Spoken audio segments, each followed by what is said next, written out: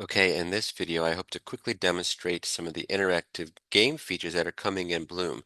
These game features are intended to be used to assist in reading comprehension.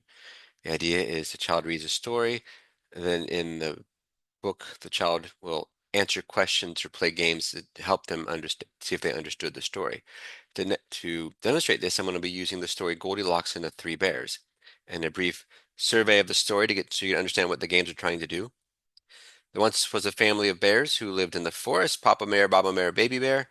Mama Bear made some porridge for breakfast, too hot to eat, so she decided to go for a walk. So they decided to go for a walk in the woods.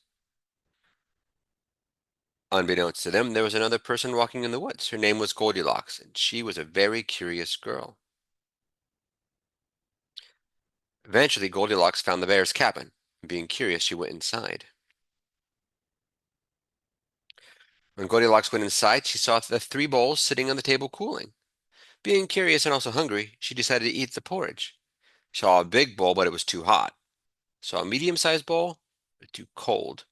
She saw a small bowl, which was just right, so she ate it all up. Then Goldilocks wanted to take a rest, so she saw the three chairs. Saw a big chair, but it was too hard. Saw a medium chair, but it was too soft. She saw a baby-sized chair, but it was just right. But when she sat down on it, it broke. And then, being very curious and a little sore, Goldilocks wanted to take a rest, so she went to find the bedroom so she could take a nap. She found a big bed, but it was too hard. She found a medium-sized bed, but it was too soft. She found a small-sized bed, which was just right, so Goldilocks decided to take a nap. But while Goldilocks was sleeping, the bears came home. They found the baby's porridge eaten, the baby's chair broken, and the little girl sleeping in the baby's bed. So then the story goes on. She wakes up, she flees. In the nice version, she gets away. So the question is, does the child understand this story? So Bloom will help with this. I have created one interactive game, and this is a choose a matching word game where you see the picture of a bear, and the child needs to click the word that you put the correct answer up top, the first line, and then other options that are in the story perhaps. And then when the child plays the game, they're randomized. So I'm going to show you how this was done using the inverse of this game. So you click on Add Page, scroll down to the games pages. Just to let you know, these features will be available in the enterprise version or in the local community version. For more information about those, you can go to bloomlibrary.org. So I'm going to click on this one, which is the inverse. You get the word and you have to add the pictures. So I'm going to click Add Page. Again, this is normal for Bloom. And I'm going to choose the word chair. And this time, the one on the left, the blue border, is the correct one. Again, this will be randomized. So I'm going to type the word chair. And I'm going to find chair that was in the story. Then I'm going to find the word bowl. This bowl was in the story. And I'm going to find the word bed and find a bed that was in the story. I think that one was in the story. Yes. So again, when the child plays the game, they'll see the word chair. They're supposed to pick the picture, and these are randomized. So the next one I want to show you will take a minute to set up and explain. I'm going to click Add Page and go down here to drag images to target. This is a click and drag game, and there are a couple ways you can do this. I'm going to demonstrate one of them. I'm going to click Add Page. And now you can see that you can drag the pictures to where they go. It's important, I should have mentioned it at the beginning, but when you're setting up a book to go to a smartphone like Android, you need the layout for your book needs to be device 16 point by 9 landscape. You can also do portrait, but the important thing is the device. I'm doing landscape. So you can see that this arrow for this picture goes to this target. This picture, that's the picture image, goes to this target, and this picture goes to this target. So I'm going to add a picture here. Use picture from the computer. Bear. That's on the cover. Choose this one here. I'm going to pick bowl.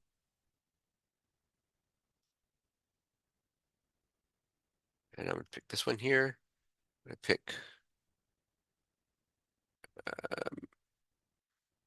bed.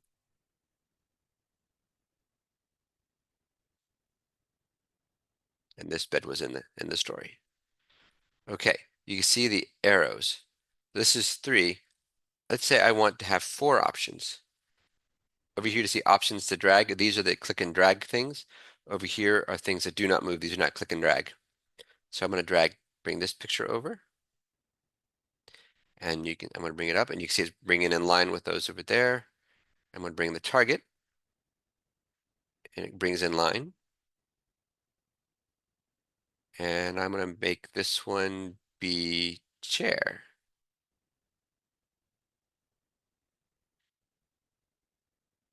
This chair was in the story.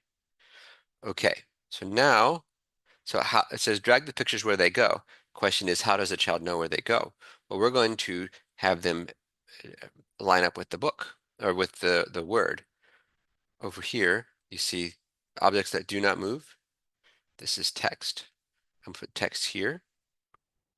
I'm going to make this be bowl. And I can drag it right here. I'm going to make another one. And this is going to be bed. See, I'm trying to get them all lined up together, and then make another one. This is going to be bear.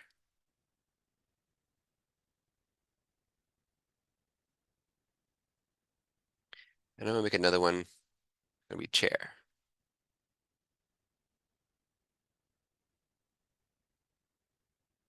Now you can see it appears that the word chair is going to interfere with the controls, and we don't want that. So I'm going to change the size of the font, the size of the words in this style. So I'm going to go to characters. I'm going to change it down to 20. And it makes them all the same size. And I'm going to scoot it a little taller, a little higher, so it's no longer interfering. Then we're bringing these in line just for uniformity's sake. All right. So then if I click the play button, now they're gone. I need to match the image of the bear to this circle, the bowl to this circle, the bed to here, and the chair here. And I hit the checkbox and I get the standard default happy thing. So I'm going to click on start to bring it back to the setup. This is gameplay mode start. This is how it looks. Let's say I want to have the chair not be underneath the chair.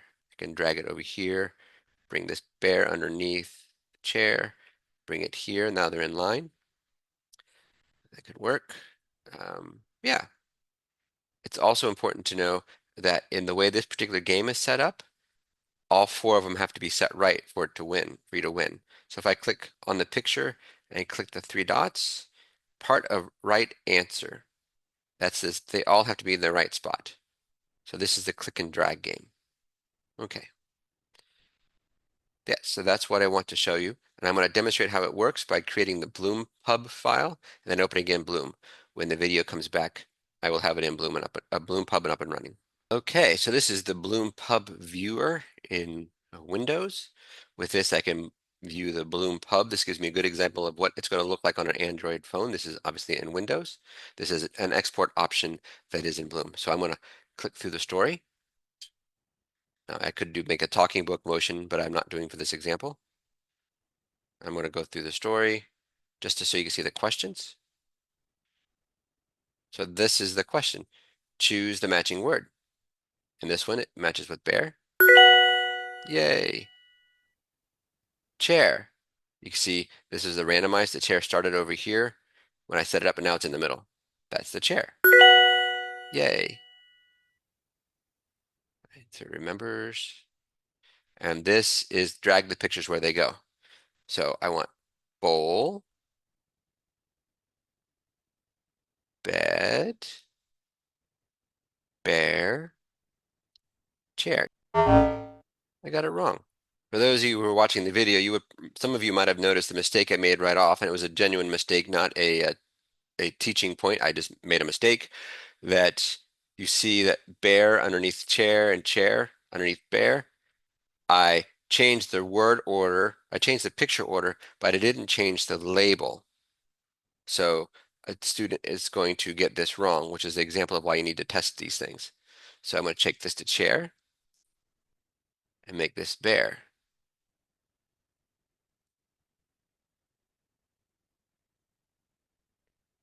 And now I go to bear, chair.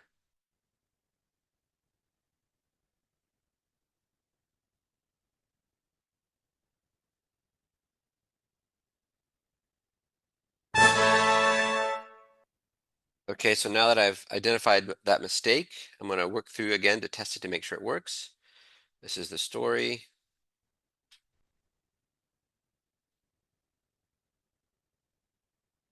So this is the one I'm testing. Chair, bear, chair, bed, bowl. All right, so that was a demonstration of the interactive features, some of the interactive features that are in Bloom. If you click on down the bottom, you will see additional pages, and I will add those to other videos to show you how they work. Thank you.